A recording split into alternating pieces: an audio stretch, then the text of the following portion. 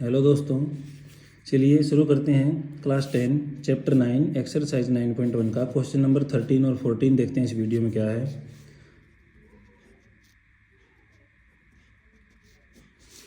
Question number 13 है, as observed from the top of a 75 metre high lighthouse from the sea level the angles of depression of two ships are 30 degree and 45 degree.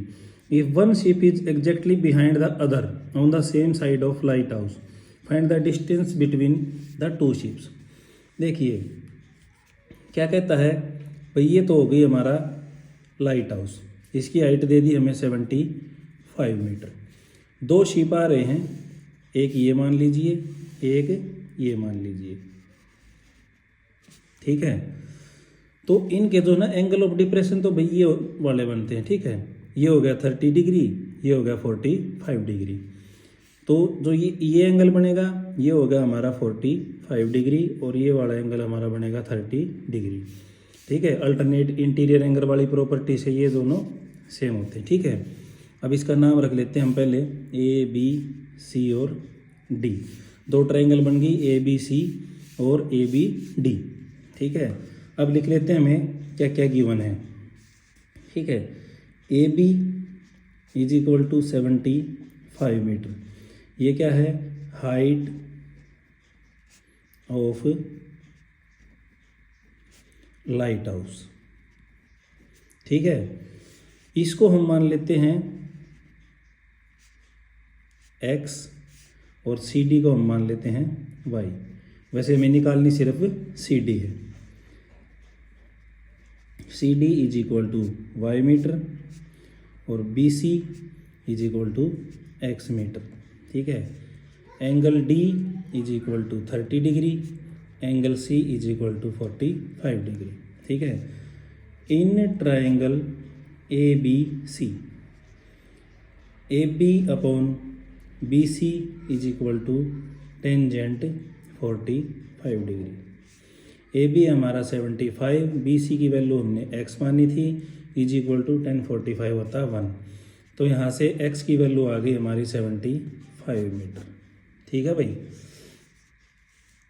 अब हमें चाहिए in triangle A B D. A B D triangle में क्या होगा, A B upon B D is equal to tangent 30 degree. A B हमारा 75, B D हमारा x plus y. Tangent 30 की value 1/√3। यहाँ से x प्लस वाई ये आ जाएगा हमारा 75√3, ठीक है। अब हमें x की वैल्यू पता है, x प्लस वाई की वैल्यू पता है, y की वैल्यू निकाल दो, बस हो गया हमारा question solve. x plus y is equal to 75√3। Put x is equal to 75 metre.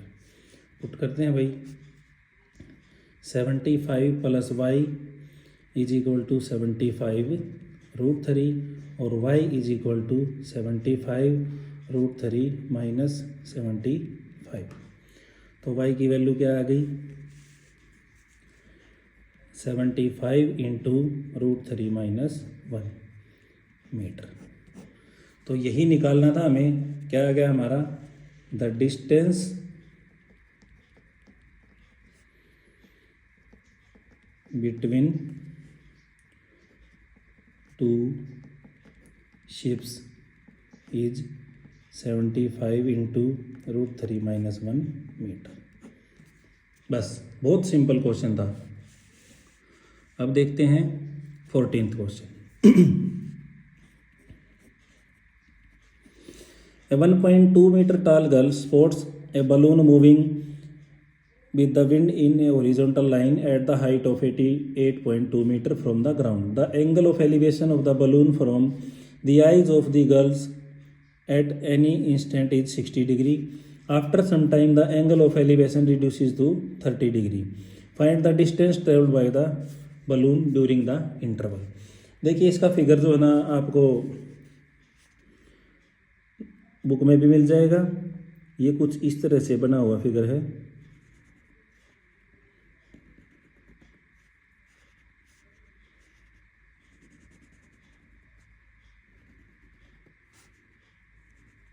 इस तरह से नाम मैं रख लेता हूँ ए बी सी, ये हो गया डी और ये हो गया ई। ठीक है, ये एंगल जो है ना, ये एंगल था हमारा 60 डिग्री और ये वाला एंगल हो जाता है 30 डिग्री। जो बलून उड़ रहा था ना भाई, उसकी हाइट थी टोटल यहाँ से 88.2 मीटर और 1.2 मीटर टाल जो है ना ये लड़की थी। ठीक है, ये हो गया 1.2। तो जो ए बी हमारी हाइट बच गई ना, वो बच गई 88.2 माइनस 1.2 मीटर। ठीक है, तो भाई हमारी ए बी क्या बच गई 88.2 माइनस लड़की की हाइट, ये हो गया 87 मीटर। और ये क्या है, हाइट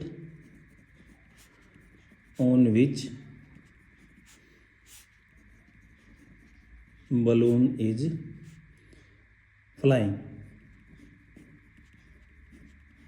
ठीक है भाई, एंगल डी हमारा है 60 डिग्री, एंगल सी हमारा है, तो ये डी पे ही एंगल बन रहा है दूसरा भी भाई, तो ये एंगल हमारा क्या हो जाएगा 30 डिग्री। ठीक है, और ई सी और ए बी जो है ना दोनों इक्वल हैं। E C is equal to A B is equal to 87 metre. ठीक है, हमें निकालना है के सी डी और बी सी। हमें बी सी निकालना है कि बी सी कितना है। ठीक है, let B C is equal to x metre and C D is equal to Y metre. अब करते हैं क्वेश्चन को in triangle E C D. E C upon C D is equal to, ये हो जाएगा ये हमारा टेंजेंट 60 डिग्री। ई सी हमारा क्या है 87 और सी डी हमने क्या मान लिया था वाई, और टेंजेंट 60 क्या होता है √3। तो यहाँ से वाई हमारा आ गया 87 अपॉन √3। ठीक है, अब देखते हैं in triangle A B D. A B upon B D is equal to tangent 30 degree, और ए बी हमारा 87 और बी डी हमारा क्या होगा भाई x plus y is equal to, ये हो गया हमारा 1/√3 टेंजेंट 3 की वैल्यू। यहाँ से x प्लस वाई ये हो गया हमारा 87 √3। अब हमें क्या चाहिए, हमें चाहिए था बी सी जो कि x माना था। तो x plus y is equal to हो गया हमारा 87 √3 पुट y is equal to 87 upon √3। तो x plus 87 upon √3 is equal to 87 √3। x is equal to 87 √3 minus 87/√3। LCM ले लेंगे √3, ये हो जाएगा 87 √3 इंटू में √3 और माइनस में 87। तो अभी हमारा ये आ जाएगा 87 × 3 माइनस 87 डिवाइडेड बाई √3। तो आंसर हमारा आ जाएगा भाई ये 3 7 जा 21 और 3 8 जा 24 और 2 26 माइनस 87 बाय में √3। तो ये हमारा हो गया भाई 4 और ये हो जाएगा 3